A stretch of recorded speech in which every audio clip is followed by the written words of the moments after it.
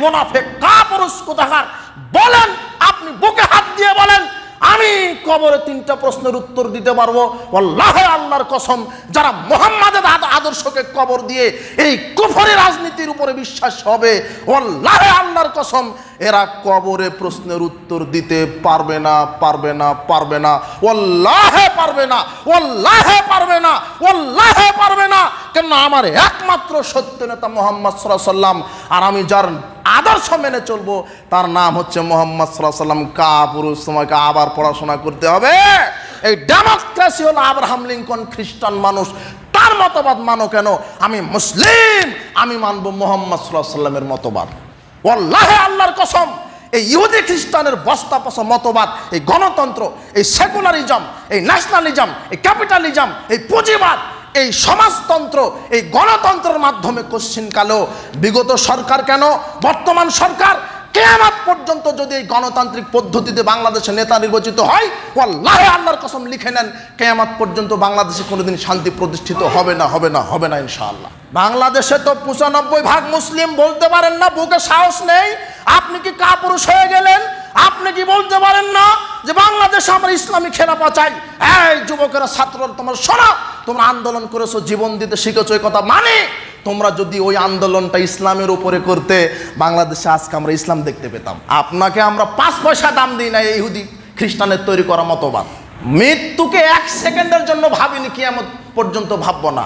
মৃত্যু তো হবেই, জন্মেছি যখন মৃত্যু হবেই হবে, ও ভাবারই চিন্তা নাই। 5 পয়সা দাম দিই না। আমার জন্য স্থায়ী ঠিকানা জান্নাত ইনশাআল্লাহ। পৃথিবীর ইতিহাসে মুহাম্মদ সাল্লাল্লাহু আলাইহি ওয়াসাল্লাম সর্বশ্রেষ্ঠ রাজনীতিবিদ। পৃথিবীর ইতিহাসে মুহাম্মদ সাল্লাল্লাহু আলাইহি ওয়াসাল্লাম সর্বশ্রেষ্ঠ অর্থনীতিবিদ। পৃথিবীর ইতিহাসে মুহাম্মদ সাল্লাল্লাহু আলাইহি ওয়াসাল্লাম সর্বশ্রেষ্ঠ সমাজ সংস্কারক। পৃথিবীর ইতিহাসে সর্বশ্রেষ্ঠ আদর্শবান ব্যক্তি মুহাম্মদ সাল্লাল্লাহু আলাইহি ওয়াসাল্লাম। অধিকাংশ মুসলিম শুধু ইসলাম বলতে শুধু মনে করেছে কি জানেন? মসজিদে গিয়ে 5 ওয়াক্ত সালাত আদায় করতে হবে, টাকা আছে হজ করে আসতে হবে, টাকা আছে জাকাত দিতে হবে, টাকা আছে 5 কোটি টাকা খরচ করে মসজিদ করতে হবে, দান সদকা করতে হবে। শুধু ইসলাম মানে মনে করেছে এগুলি, ইবাদত মানে শুধু মনে করেছে এগুলি। অথচ ইবাদত হচ্ছে একজন মানুষ তার জীবনে যা কিছু করবে সব ক্ষেত্রে কার বিধান প্রতিষ্ঠা করবে, এটা হলো ইবাদত। একটু একটু বোঝার চেষ্টা করেন। মান রব্বুকা, তোমার রব কে? রব মানে সৃষ্টিকর্তা, তাই না? আমার সৃষ্টিকর্তা কে? রব মানে মালিক, আকাশ জমিনের মালিক কে? রব মানে রিজিক দাতা, রিজিক দান করেন কে? রব মানে মৃত্যুদাতা, মৃত্যু দান করেন কে? রব মানে সন্তান দাতা, সন্তান দান করেন কে? রব মানে আইন দাতা, আইন প্রণয়ন করেছেন কে? আর আপনি মানেন কার আইন? হ্যাঁ, বাংলাদেশের সংবিধান কোরআন আর হাদিস, তাই না? কোরআন আর হাদিস। তাহাজ্জুদ পড়ে কপালে কালো দাগ লাগাইছেন, আর ইহুদি খ্রিস্টানের আপনি আইন মানেন। রব, মান রব্বুকা, জিজ্ঞাসা করা হবে কার আইন মেনেছ? আপনি উত্তর দিতে পারবেন এখন?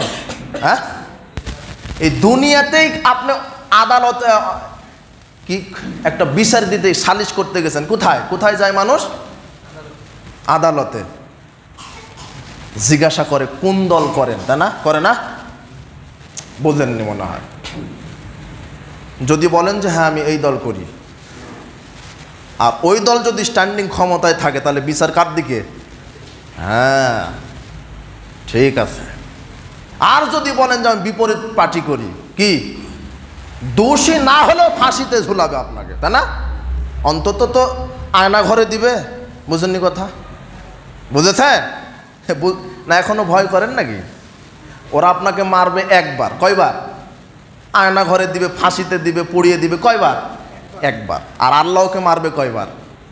লা ইয়ামুতু ফিহা ওয়ালা ইয়াহইয়া। ওকে জাহান্নামে যখন দিবে, ও মরবেও না, বাঁচবেও না, শুধু পোড়াবে ওকে। বোঝেননি কথা? জালেম যদি আপনাকে মেরে ফেলে, আপনি হবেন শহীদ, আরও হবে কি? জালেম। ওর বিচার হবে, আল্লাহ বিচার করবেন। জুলুমবাজি করে, স্বৈরাচারী হয়ে, স্বেচ্ছাচারী হয়ে, মানুষের ওপরে অত্যাচার করে পৃথিবীতে কোনো জালেম টিকতে পারেনি। ফেরাউন টিকতে পেরেছে? নমরুদ টিকতে পেরেছে? না। আচ্ছা, জি, একদম। দেখেন, মান রব্বুকা, তোমার প্রতিপালককে আপনি বলতে পারবেন? হ্যাঁ, আইনদাতা, মালিক। আচ্ছা, এটা বাদ। মান রব্বুকা এটা হলো, যদি একমাত্র আইনদাতা হিসেবে আল্লাহকে মানেন, একমাত্র রব হিসেবে, সৃষ্টিকর্তা হিসেবে, খালেক হিসেবে আল্লাহকে মানেন, একমাত্র মৃত্যুদানকারী হিসেবে, জীবন দানকারী হিসেবে, সন্তান দানকারী হিসেবে, রাজ্জাক হিসেবে যদি একমাত্র আল্লাহকে মানেন, তাহলে আপনি উত্তর দিতে পারবেন রব্বি আল্লাহ। বুঝতে পেরেছেন? দ্বিতীয় প্রশ্ন কি হবে বলেন তো? মা দিনুকা, তোমার কি দিন? কি দিন? কি দিন? কি ইসলাম। তো ইসলামটা কি? এই ইসলামটা কি করে? ইসলাম এটা কি জন্য আসছে? শুধু মসজিদে একটু সেজদা দিবেন আর টাকা আছে হজ করবেন, এটা হলো ইসলাম? না। ইসলাম কমপ্লিট কোড অফ লাইফ। ইসলাম পরিপূর্ণ জীবন বিধান। ইসলাম পরিপূর্ণ জীবন বিধান। আমার দিন মানে সার্বিক জীবনে কোনটা মানতে হবে আমাকে? ইসলাম। মা দিনুকা, কবরে জিজ্ঞাসা করবে তোমার দিন কি, তখন আপনাকে বলতে হবে দিনুল ইসলাম। তো আপনি ইসলাম মানলে তো বলতে পারবেন। বোঝেননি কথা? আপনি যদি ইসলামটা না মানেন তাহলে বলতে পারবেন না। কিন্তু আপনাকে ইসলাম সম্পর্কে ভুল ধারণা দিয়েছে এই সেকুলাররা। সেকুলার আছে বাংলাদেশে, পৃথিবীতে, জানেন? সেকুলারিজম মানে ধর্ম নিরপেক্ষতাবাদ। কি ধর্ম নিরপেক্ষ? এটা একটা মতবাদ যেটা এই ব্রিটেনে খ্রিস্টান তৈরি করেছে, জর্জ জেকব হলিওক, এই লোকটা তৈরি করেছে। সেকুলার, এদের আকীদা কি? এদের সেকুলারের সংজ্ঞা কি জানেন? Secularism is the believe that religion should not be involved in the organisation of society education.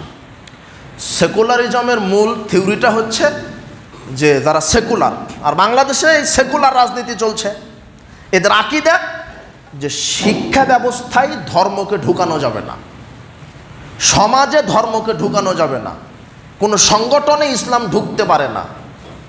আর একটা সংজ্ঞায় বলা হচ্ছে religion should not be allowed to come in to politics. রাজনীতির ভিতরে ইসলাম ঢোকানো যাবে না। It is merely a matter between man and God. এটা শুধু ইসলামটা শুধু মসজিদ আর মাদ্রাসাতে মানুষ নম করবে। এটা হলো সেকুলারদের আকীদা। আর মুসলমানরা তাই করছে। এদের আকীদা, সেকুলাররা দুই ভাবে মানুষের জীবনকে ভাগ করেছে। কয় ভাগে? দুই ভাগ। এক হচ্ছে বৈষয়িক জীবন, ধর্মীয় জীবন। ধর্মীয় জীবন মানে শুধু মসজিদ মাদ্রাসা নম করবে, টাকা থাকলে হজ করবে। আর বৈষয়িক জীবন ইসলাম ঢুকানো যাবে না। রাজনীতি আমার মতো করে করব, অর্থনীতি আমার মতো করে চালাবো, আরে শিক্ষানীতি সিলেবাস আমরা তৈরি করব। এগুলি বৈষয়িক ব্যাপার, এগুলি সম্পর্কে আল্লাহ ধরবেন না।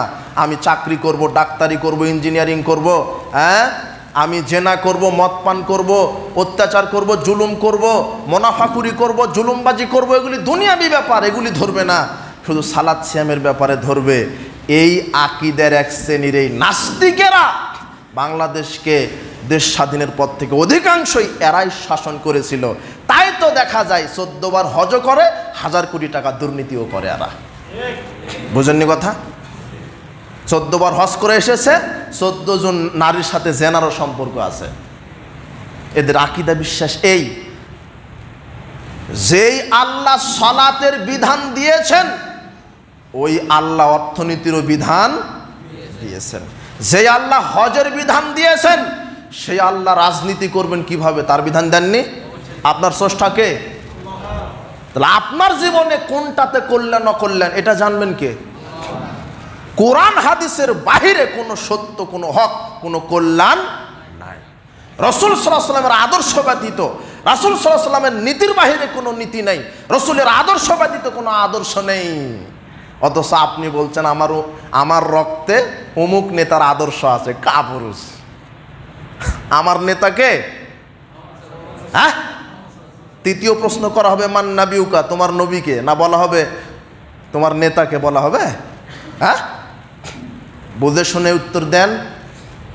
হস্ত করেছেন, কিন্তু বলছেন আমার রক্তে অমুক নেতার আদর্শ আছে। কাপুরুষ! আমার নেতাকে মুহাম্মদ সাল্লাল্লাহু আলাইহি ওয়াসাল্লাম, ওটা পরে আসছে, আগে ইসলাম।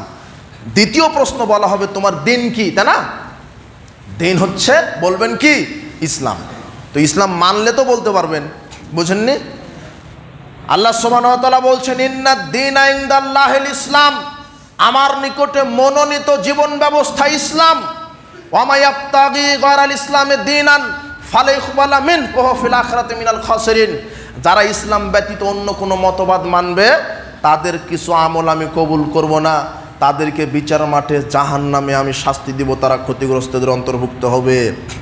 সার্বিক জীবনটাই পরিচালিত হতে হবে কোরআন আর হাদিস দিয়ে। বুঝেননি কথা? আপনি দুই ভাগে ভাগ করলেন কেন? ইসলামে রাজনীতি নাই। আপনি কিভাবে পৃথিবী পরিচালনা করবেন, রাষ্ট্র, সংসদ, রান্নাঘর, শিক্ষানীতি সব কিছু কে বলে দিয়েছে? আপনার স্রষ্টাকে?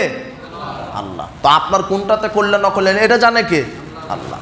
কিন্তু আপনি শুধু মসজিদে আল্লাহকে মানেন, কিন্তু অর্থনীতিতে আপনি একটা টাটকা সুদখোর। সুদখোর নাই? ও কিন্তু হজও করে, সুদও খায়, ব্যাংকে কোটি কোটি টাকা লোন আছে, হাজার কোটি টাকার লোন আছে। বুঝেননি কথা? এখন বলছে আমাকে ছাড়িয়ে দেন, কিস্তি সুদ করা লাগবে। দাড়ি শেষেও পালাতে পারলো না। ওর কি সুদ করা লাগবে? কিস্তি সুদ করা লাগবে। আপনি পরিকল্পনা করেন, মহাপরিকল্পনাকারী কে? আপনার হাতে ছিল পুলিশ, র্যাব, আর্মি, বিডিআর, প্রতাপশালী হয়ে আপনি বসেছিলেন। আপনি মনে করেছিলেন কে ক্ষমতা নিতে পারে? ক্ষমতা দেওয়ার মালিক আল্লাহ, ক্ষমতা কেড়ে নেওয়ার মালিকও আল্লাহ। আপনি তো একটা সার পোকা। আল্লাহ বলছেন আমি কিয়ামত পর্যন্ত ফেরাউনের মতো শক্তিশালী মানুষ আর আবিষ্কার করব না। সেই ফেরাউনকেও ডুবিয়ে মেরেছেন কে? আল্লাহ। আর আপনার মশার কারণে মশারি টাঙাতে হয়, 2 দিন ডায়রিয়া হলে আমেরিকাতে যেতে হয়, সিঙ্গাপুরে যেতে হয়। আবার আপনি বলছেন জনগণ ক্ষমতার উৎস, মালিক। বলছেন না এরা? জমার খুতবাতে তো আপনাকে বুঝাতে পারছি না। আমি বলছি দ্বিতীয় প্রশ্ন বলা হবে যে মা দিনুকা, তোমার কি দিন কি? আল্লাহ বলছেন আফাতুমিনুনা বিবাদিল কিতাবি ওয়া তাকফুরুনা বিবাদ। পৃথিবীর মানুষ, তোমরা কি ইসলামের কিছু মানবে, কিছু মানবে না? শুধু মসজিদে আমাকে মানবে, অর্থনীতিতে মানবে না। অর্থনীতিতে আপনি সুদখোর। শুধু কি হজ করতে গিয়ে আমাকে মানবে, রাজনীতিতে আমাকে মানবে না। রাজনীতিতে আপনি একটা সেকুলার। সেকুলারের জন্মদাতা ইহুদি, খ্রিস্টান। আর রাজনীতি হলো ডেমোক্রেসি রাজনীতি, আপনার গণতান্ত্রিক রাজনীতি, তাই না? কি আপনারা জানেন না নাকি? বাংলাদেশের রাজনীতি কি তান্ত্রিক? গণতান্ত্রিক। আপনার স্রষ্টাকে, আপনার নেতাকে মুহাম্মদ। মুহাম্মদ সাল্লাল্লাহু আলাইহি ওয়াসাল্লামের আদর্শ হচ্ছে ইসলাম। আদর্শ কি? পৃথিবীর ইতিহাসে মুহাম্মদ সাল্লাল্লাহু আলাইহি ওয়াসাল্লাম সর্বশ্রেষ্ঠ রাজনীতিবিদ। পৃথিবীর ইতিহাসে মুহাম্মদ সাল্লাল্লাহু আলাইহি ওয়াসাল্লাম সর্বশ্রেষ্ঠ অর্থনীতিবিদ। পৃথিবীর ইতিহাসে মুহাম্মদ সাল্লাল্লাহু আলাইহি ওয়াসাল্লাম সর্বশ্রেষ্ঠ সমাজ সংস্কারক। পৃথিবীর ইতিহাসে সর্বশ্রেষ্ঠ আদর্শবান ব্যক্তি মুহাম্মদ সাল্লাল্লাহু আলাইহি ওয়াসাল্লাম। আমার নেতা মুহাম্মদ সাল্লাল্লাহু আলাইহি ওয়াসাল্লাম। কবরে তৃতীয় প্রশ্ন করা হবে তোমার নবীকে। আপনি যদি সার্বিক জীবনে মুহাম্মদ সাল্লাল্লাহু আলাইহি ওয়াসাল্লামকে মেনে চলেন তবে আপনি বলতে পারবেন আমার নবী মুহাম্মদ। কিন্তু আপনি রাজনীতি করতে গিয়ে ওই আব্রাহাম লিঙ্কনের ডেমোক্রেসির রাজনীতি করেন। এক মুনাফিক, কাপুরুষ কোথাকার! বলেন, আপনি বুকে হাত দিয়ে বলেন আমি কবরে 3টা প্রশ্নের উত্তর দিতে পারবো। আল্লাহে, আল্লাহর কসম, যারা মুহাম্মাদের আদর্শকে কবর দিয়ে এই কুফরি রাজনীতির উপরে বিশ্বাস হবে, আল্লাহে, আল্লাহর কসম, এরা কবরে প্রশ্নের উত্তর দিতে পারবে না, পারবে না, পারবে না, আল্লাহে পারবে না, আল্লাহে পারবে না, আল্লাহে পারবে না। কেন? আমার একমাত্র সত্য নেতা মুহাম্মদ সাল্লাল্লাহু আলাইহি ওয়াসাল্লাম, আর আমি যার আদর্শ মেনে চলবো তার নাম হচ্ছে মুহাম্মদ সাল্লাল্লাহু আলাইহি ওয়াসাল্লাম। কাপুরুষ, তোমাকে আবার পড়াশোনা করতে হবে। এই ডেমোক্রেসি হলো আব্রাহাম লিঙ্কন খ্রিস্টান মানুষ, তার মতবাদ মানো কেন? আমি মুসলিম, আমি মানবো মুহাম্মদ সাল্লাল্লাহু আলাইহি ওয়াসাল্লামের মতবাদ। ফেরাউন ক্ষমতায় ছিল 400 বছর, তাই বলে মনে করেন না আপনি মারা যাবেন না। চলে গেছে, ফেরাউন চলে গেছে 400 বছর। আর আপনি 20 বছর সহ্য করতে পারেননি। ফেরাউন ক্ষমতায় ছিল কত বছর? 400 বছর। সেই ফেরাউনকে আল্লাহ কি করে দিয়েছে? ডোবানোর সময় তো আল্লাহ বলছেন, ফেরাউন ফালিয়াউমা নুনাজ্জিকা বিবাদানিক, আমি আজকে তোমাকে সুটকি বানায়া রাখবো, লেতা কোন আলিমান খলফাকা আয়া, যাতে করে যুগে যুগে স্বৈরাচারীরা তোমাকে দেখে শিক্ষা গ্রহণ করতে পারে। ওকে মাটিয়ে খাবে না, মাটির ভিতর রাখবেন, ওকে খাবে না, সমুদ্রে ফেলে দিবেন, পানি পচাবে না। নির্দেশ কার? আল্লাহর। খুব সাবধান। নতুন করে যারা ক্ষমতায় আসছে এদেরকে শিক্ষা নিতে হবে, এখান থেকে নিতে হবে না? হ্যাঁ, বলছিলাম যে মা দিনুকা, আমার দিন কি? ইসলাম। শুধু মসজিদে ইসলাম, রাজনীতিতে গণতন্ত্র। বুঝেননি কথা? আমি তো এটাই মনে করেছি, মানে ধর্ম শুধু মসজিদে। কোরআন রাজনীতির কিতাব, কোরআন অর্থনীতির কিতাব, কোরআনে মানুষের জীবনে প্রয়োজন, অথচ সেটা কোরআনে নাই। কেউ দেখাতে পারবে? বুঝেননি কথা? নাক ছিটকায় অনেকে। মৌলবীরা কি জানে? এরা শুধু তারাবি পড়তে জানে, আজান দিতে জানে, আর কি নামাজ পড়াতে জানে।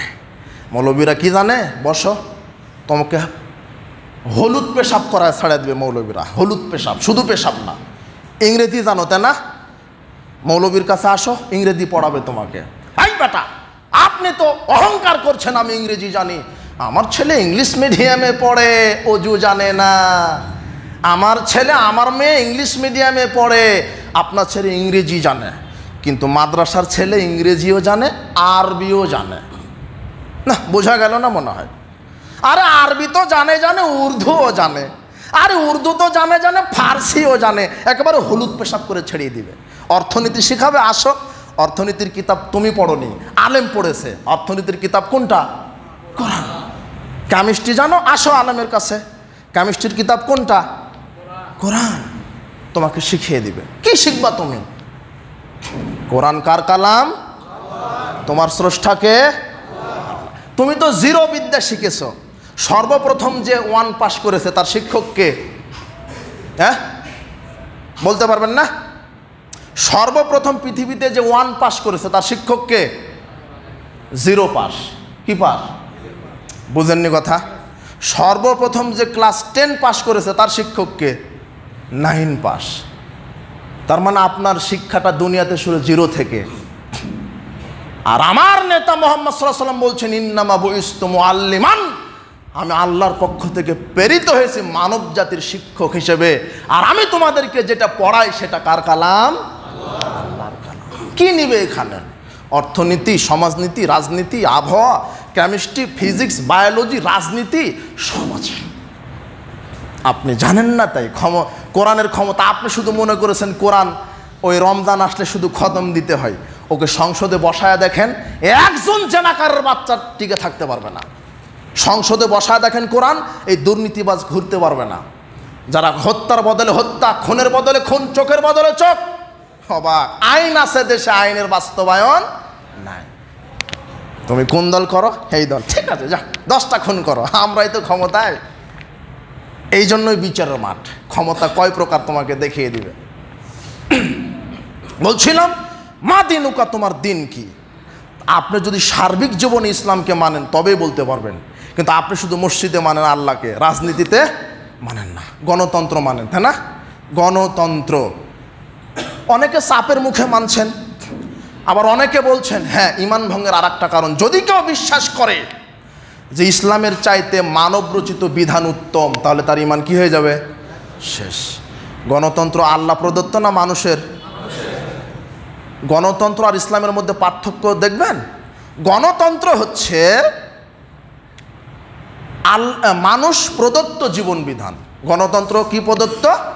মানুষ। আর ইসলাম আল্লাহ প্রদত্ত। এটা পার্থক্য। ইসলাম আর গণতন্ত্রের মধ্যে পার্থক্য বুঝেন কিন্তু। এই যুবকেরা শোনো, একটু পড়াশোনা করো। 1, 2, গণতন্ত্রে অধিকাংশ রায় চূড়ান্ত, আর ইসলামে হক সত্যটাই কি চূড়ান্ত। 3, গণতন্ত্র মানব রচিত আইন, আর ইসলাম আল্লাহ প্রদত্ত আইন। 4, গণতন্ত্রের আইন পরিবর্তনশীল, নিজের স্বার্থে আসছে না, পরিবর্তন করে দাও। আর কোরআন হাদিস পরিবর্তন হয়েছে নাকি? এই যে 1500 বছর বয়স কোরআনের, একটা আয়াত পরিবর্তন হয়েছে মনে হয়, হ্যাঁ? এরপরে কি? গণতন্ত্রের 5 নম্বর, গণতন্ত্র ইসলামের পার্থক্য, ক্ষমতার উৎস জনগণ, আর ইসলাম ক্ষমতার উৎস আল্লাহ। বুঝেননি কথা? 6, গণতন্ত্র মানুষের আইন দ্বারা মানুষ পরিচালিত হবে, আর ইসলাম আল্লাহর আইন দ্বারা কে পরিচালিত হবে? মানুষ। আপনি খুব বাহবা দিচ্ছেন, কিন্তু বুঝতে চাচ্ছেন না। আপনি এতদিন এরই গোলামি করেছেন। আরে আমার নবী তো, নেতা তো মুহাম্মদ সাল্লাল্লাহু আলাইহি ওয়াসাল্লাম, আমি তার মতবাদ মানব। তার মতবাদ হচ্ছে ইসলামী খেলাফা। ইসলামী কি? খেলাফা, ইসলামী শরিয়ত। আর আপনি মুসলিম হয়ে কত বড় মুনাফিক! আর বড় মুনাফিক হলো তো ঈমান গেছে। আপনি ইহুদিদের, খ্রিস্টানের তৈরি করা মতবাদ মানেন। আপনি মুহাম্মাদের মতবাদ মানবেন না ইহুদিদের তৈরি করা? বলেন, কথা জবাব দেন, কোনটা মানবেন? এদেশের মানুষ মানছে কোনটা? ইসলামী খেলাফত মানছে, তাই না? কি মানছে? আরে নেতা নির্বাচন করতে এত এই ফষ্টি নষ্টি করা লাগে? কত দল! সৌদি আরবে কোনো দল আছে? বাহরাইন, কুয়েত, কাতারে দল আছে? এদের কোনো সংবিধান আছে? একটা সংবিধান, কি? কোরআন আর হাদিস। আমার কেন ইহুদিদের তৈরি করা সংবিধান মানতে হবে? আমি মুসলিম, আমার সংবিধান কোরআন। এত কেন দল হতে হবে? এখনো দাড়ি টুপি লাগিয়ে দলের ক্যানভাস করছে। আর আপনি বলতে পারেন না সব দল ঐক্য হয়ে আমরা দলীয় সরকার আর চাই না, আমরা জনগণের সরকার হই? বলতে পারে না? বুঝেননি কথা? এক দল যদি ক্ষমতায় যায় অন্য দল পরাধীন না? বুঝেননি কথা? জামাত, চরমনাই বলেন, আওয়ামী লীগ, বিএনপি, সবার 10 জন 5 জন করে বসে মন্ত্রী পরিষদ গঠন করা যায় না? সবাই ধান্দায় নেমেছে। হ্যাঁ, আপনিই তো চাবেন না না না আমার দল ক্ষমতায় যেতে হবে। কেন আমার দল ক্ষমতায় যেতে হবে? না হলে তো চুরি করা যাবে না। বুঝেননি কথা? সবাই চুরি করার ধান্দাতে নেমেছে। এরা ওয়াল্লাহি আল্লাহর কসম, এই ইহুদি খ্রিস্টানের বস্তা পচা মতবাদ, এই গণতন্ত্র, এই সেকুলারিজম, এই ন্যাশনালিজম, এই ক্যাপিটালিজম, এই পুঁজিবাদ, এই সমাজতন্ত্র, এই গণতন্ত্রের মাধ্যমে কোশ্চিনকালেও বিগত সরকার কেন, বর্তমান সরকার কিয়ামত পর্যন্ত যদি এই গণতান্ত্রিক পদ্ধতিতে বাংলাদেশে নেতা নির্বাচিত হয়, ওয়াল্লাহি আল্লাহর কসম লিখে নেন, কিয়ামত পর্যন্ত বাংলাদেশে কোনোদিন শান্তি প্রতিষ্ঠিত হবে না, হবে না, হবে না ইনশাআল্লাহ। যে না, প্রশ্নে আসে না। ইসলামী খেলাফা ছাড়া, ইসলামী শরিয়া ছাড়া প্রশ্নই আসে না। এ কথা আল্লাহ বলছেন। ইসলাম ছাড়া কোনো কল্যাণ আসে না। আপনি বলতে পারেন না আপনি গণতন্ত্রের ক্যানভাস করছেন, গণতান্ত্রিক পদ্ধতিতে আপনি নেতা নির্বাচন করছেন। আপনি সবাই বুঝে, এই যে আপনার ছেলেটা বিসিএস ক্যাডার হয়েছে, কি হয়েছে? BCS cadre. আর মন্ত্রী হয়েছে হিরো আলম। কে? হ্যাঁ, হিরো আলম। হিরো আলমকে তো চিনেন সবাই, তাই না? হ্যাঁ, ইমানদার লোক। হ্যাঁ,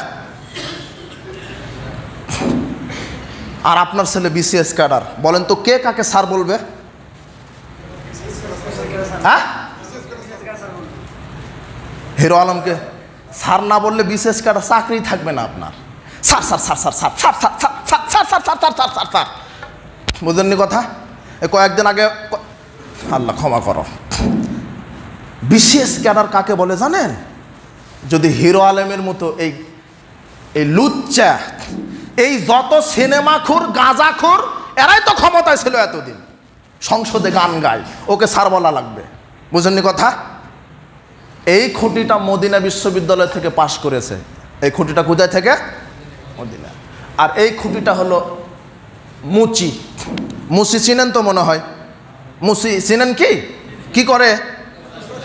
হ্যাঁ, জুতা সেলাই করে। হলো মদিনা থেকে ফারেক হয়েছে, খুব শিক্ষিত পরেশগার মানুষ। আর হলো মুচি, দুইজনেই ভোটে দাঁড়িয়েছে। বাংলাদেশের নেতা নির্বাচন কি ভোট পদ্ধতিতে না? গণতান্ত্রিক তো, তাই না? বুঝেন ভালো করে, শিক্ষিত মহল আপনারা একটু কান খাড়া করে শোনেন। বিচার হবে আপনার, ক্ষমতা চলবে না কোনোদিন। ফেরাউনের চলে না, আপনারা চলবে না। কি মনে করেন আপনাকে আমরা 5 পয়সা দাম দিই না এই ইহুদি খ্রিস্টানের তৈরি করা মতবাদ? মৃত্যুকে 1 সেকেন্ডের জন্য ভাবিনি, কিয়ামত পর্যন্ত ভাববো না। মৃত্যু তো হবেই, জন্মেছি যখন মৃত্যু হবেই হবে, ও ভাবারই চিন্তা নাই। 5 পয়সা দাম দেই না। আমার জন্য স্থায়ী ঠিকানা জান্নাত ইনশাআল্লাহ।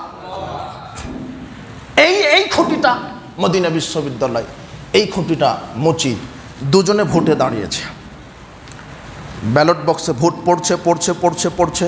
দেখেন নেতা নির্বাচন গণতান্ত্রিক পদ্ধতিতে ভোট পড়তে পড়তে মাদানী সাহেব ভোট পেয়েছে। বিশ্ববিদ্যালয়ের ভিসি 90 জন ভিসির ভোট পেয়েছে মাদানী সাহেব। কয়জন? কয়টা ভোট পেয়েছে? কাদের? ভিসি। আর এই মুচি ভোট পেয়েছে 91 জন ম্যাথরের। কার? হ্যাঁ, 91 জন ম্যাথরের। মন্ত্রীকে? হ্যাঁ, মন্ত্রীকে? আপনার এই গণতান্ত্রিক পদ্ধতিতে নেতা নির্বাচন যদি করেন তাহলে মুচিকে? মুচি না? এই যে জাহেলি পদ্ধতিতে নেতা নির্বাচন করলে অযোগ্যরাই ক্ষমতায় বসবে। প্রায় অযোগ্য লোকেরাই, প্রায় নাস্তিক বসেছিল এতদিন। বুঝেননি কথা? এই কথাটা বলতে আবার ভুলে গেলাম।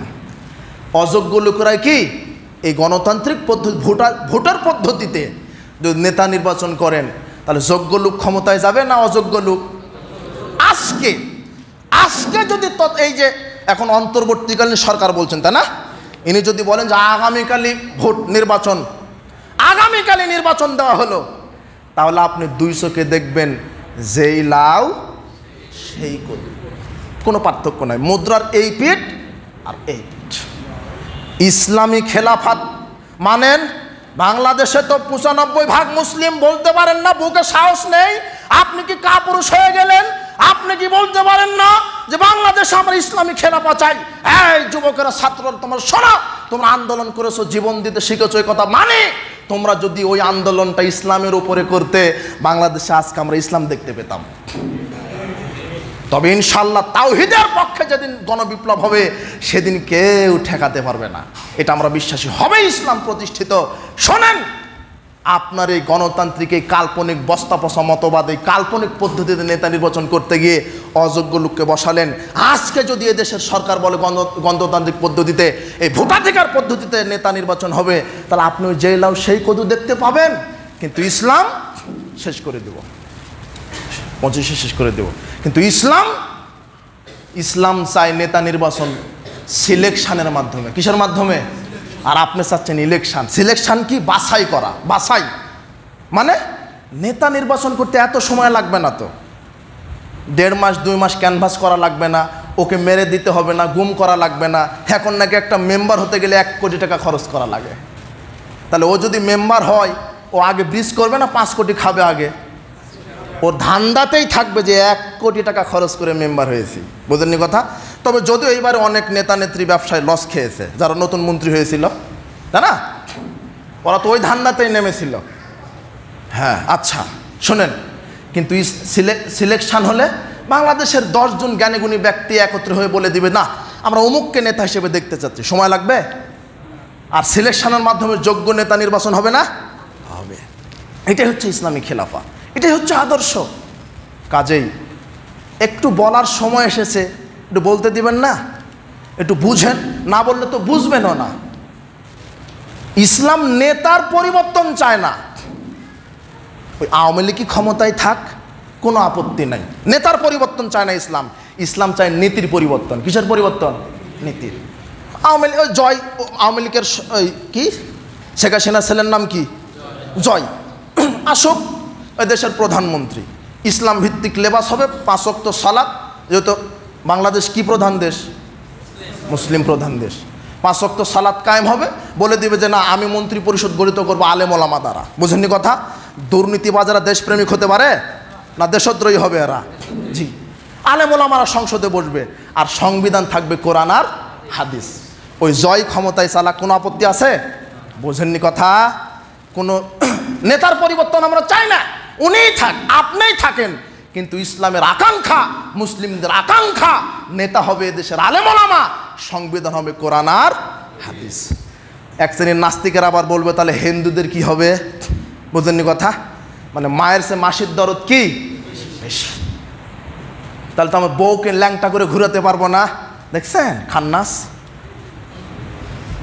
আরে হিন্দুদের আল্লাহ বলেছেন ইসলাম সৌহার্দ্যপূর্ণ সম্প্রীতি শান্তির ধর্ম। আল্লাহ বলেছেন, এই সূরা আনামের 108 নম্বর, সময় নেই বলতে পারছি না, আল্লাহ বলছেন, এই ওদের দেবতাকে গালি দিও না, ওরা তো অজ্ঞতাবশত ওরা ওই ধর্ম মানছে, তোমরা যদি তাদের দেবতাকে গালি দাও তাহলে ওরাও তো অজ্ঞতাবশত তোমাদের আল্লাহকে কি দিবে? গালি দিবে। হিন্দু তাদের ধর্ম মানুক, খ্রিস্টান তাদের ধর্ম মানুক, যার যার ধর্ম সে মানবে।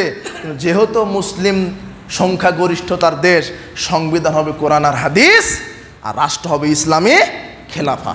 এটা আপনারা মেনে নিতে চান না? আল্লাহর কাছে দোয়া করেন, আল্লাহ আমি বা আমরা কোনো দলের গোলামি বা কোনো দলের পক্ষে কথা বলছি না, আপনিই থাকেন, কিন্তু আমাদের আকাঙ্ক্ষা বুঝতে পারছেন তো, মুসলিমদের আকাঙ্ক্ষা। আল্লাহর কাছে দোয়া করি, প্রতিপালক বাংলাদেশে তুমি আমাদেরকে ইসলামী খেলাফা দুচোখে দেখার তৌফিক দান করো।